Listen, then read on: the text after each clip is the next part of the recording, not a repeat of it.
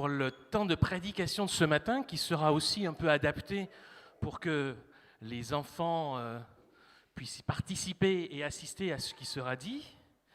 On poursuit quand même la série qu'on a commencée avec Florence pour ce temps de l'Avent, autour de l'affirmation biblique très forte de Dieu qui est lumière. Dieu est lumière. Et on a parlé des différents rôles possibles de la lumière, une lumière qui nous éblouit, une lumière qui donne la vie. Et le rôle de la lumière qu'on va évoquer ce matin, c'est un des rôles premiers de la lumière, on s'en rend compte ici, c'est que la lumière peut éclairer. Elle peut nous éclairer. Mais une lumière, ça peut nous éclairer de différentes façons. Quand on est dehors à l'extérieur, il y a la lumière du soleil pendant le jour, ou la lumière de la lune pendant la nuit. Il y a, comme ici, là, ces bougies qu'on allume dans le temps de l'Avent, sont des lumières qui nous éclairent aussi et qui apportent un peu de chaleur. Il y a les ampoules qu'on a ici qui éclairent nos maisons, sans lesquelles on ne verrait pas clair chez nous. Il y a parfois d'autres objets qui éclairent fortement ou dont on a besoin. Si on se réveille la nuit, par exemple, on a besoin d'une lampe torche qui nous permet d'éclairer et de voir notre chemin. Et puis, des fois,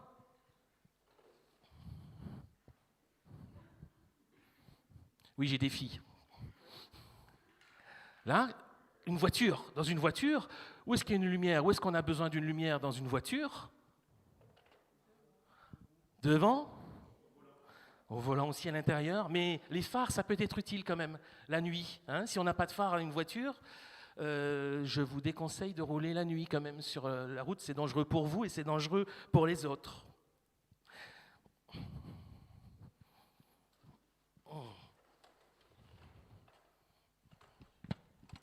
Ah, voilà. Un bateau. De quelle lumière on a besoin pour un bateau? Pas forcément sur un bateau. Pour empêcher que le bateau aille s'échouer sur les rochers, foncer sur les rochers, on a besoin d'un phare, la lumière d'un phare. Et c'est très très fort la lumière d'un phare. Il faut qu'on voit de loin, parce que sinon le bateau ne pourra pas s'arrêter à temps et risque d'arriver dans les rochers, de s'échouer dans les rochers. Mais il y a aussi d'autres types de lumière. Alors là, il faudra m'aider. On va éteindre les lumières qui sont ici.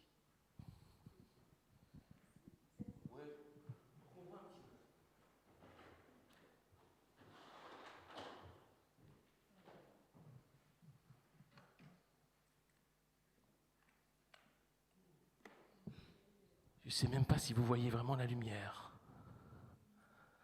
C'est très très faible. Très très faible de cette lumière. Et cette lumière-là, c'est une veilleuse. On l'allume comme ça, dans la chambre, la nuit.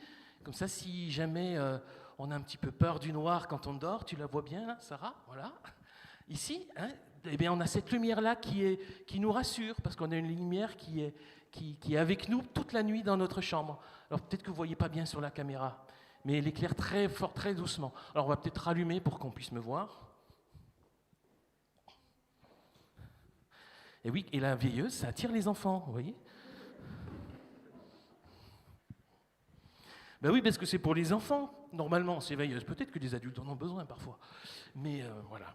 Donc vous voyez, en fait, on a plein de façons d'utiliser la lumière, différentes lumières, qui ont toutes pour rôle d'éclairer, de nous éclairer. Mais il y a une différence quand même entre toutes ces différentes lumières.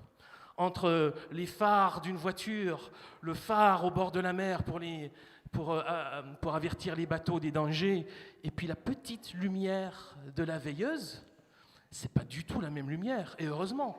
Si dans la veilleuse on avait une lumière aussi forte que sur un phare, on aurait du mal à dormir quand même.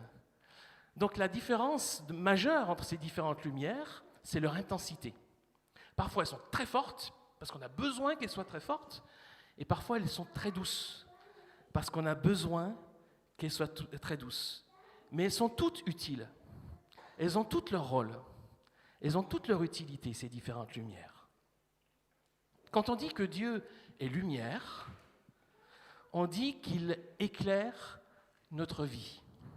C'est une lumière qui nous accompagne et qui parfois nous guide, parfois nous rassure, nous éclaire, nous met en lumière ou met en lumière ce qu'il y a autour de nous. Cette lumière forte ou douce, selon nos besoins, selon les moments, c'est la lumière de la présence de Dieu dans notre vie.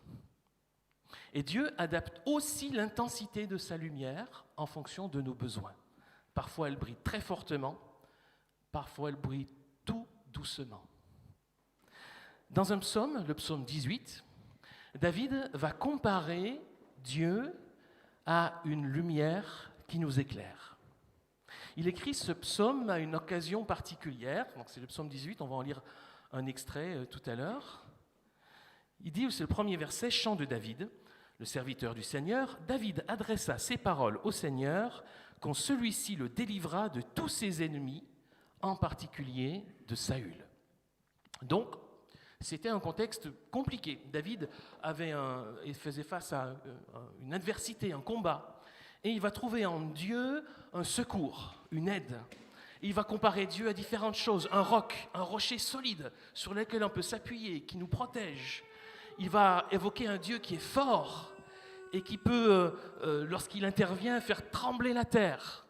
Qui peut emmener des éléments déchaînés avec lui.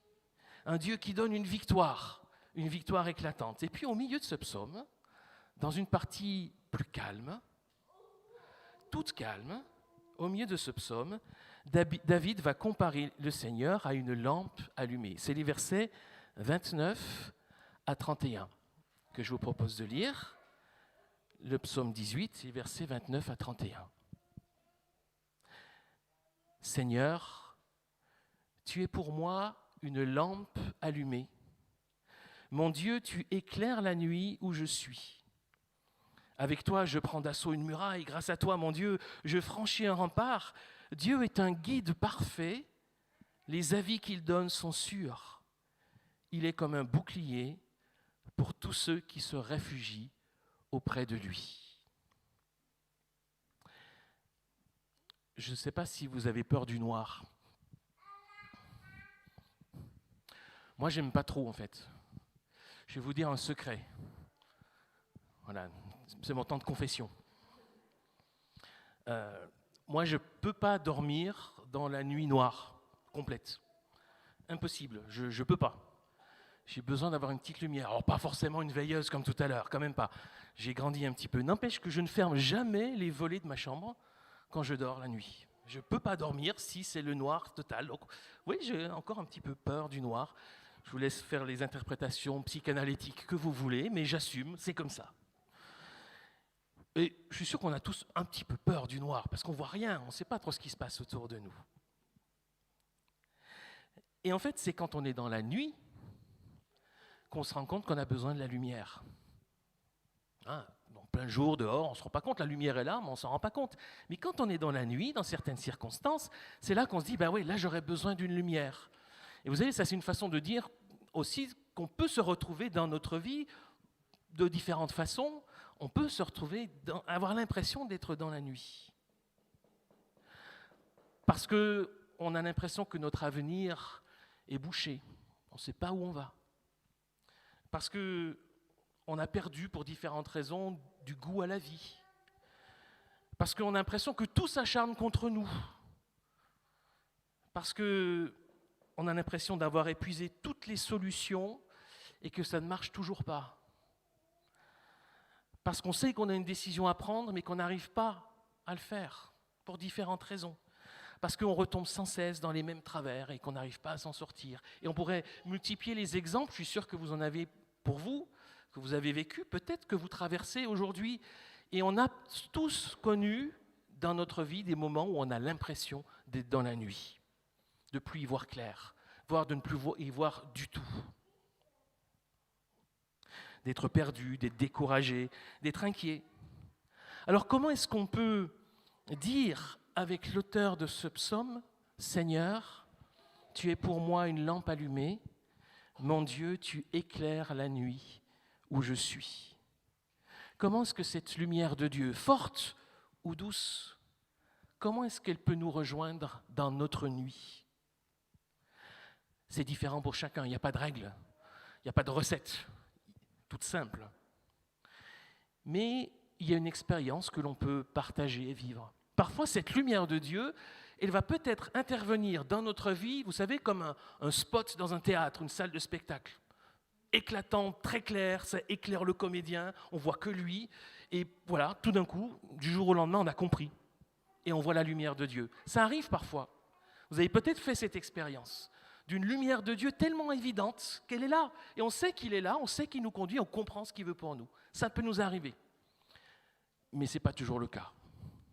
La lumière de Dieu n'est pas toujours un spot comme dans une salle de théâtre. Parfois, cette lumière de Dieu, elle va ressembler plus à la lueur d'une bougie ou à celle d'une veilleuse, beaucoup plus faible, beaucoup plus petite. Ça peut être parfois, vous savez, un espoir, une conviction qui commence à naître au fond de nous, que l'Esprit de Dieu fait naître en nous, une petite flamme d'une bougie, pour commencer, qui va peut-être s'agrandir.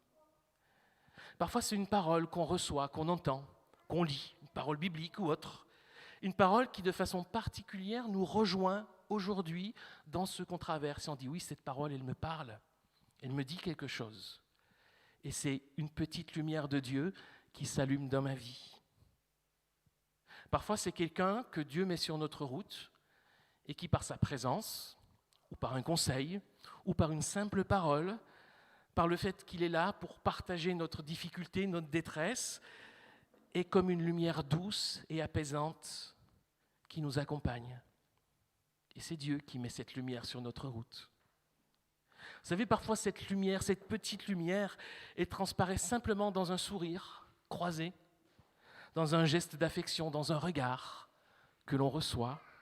Elle peut jaillir d'une petite carte qu'on reçoit par la poste ou même d'un SMS qui apparaît sur notre portable.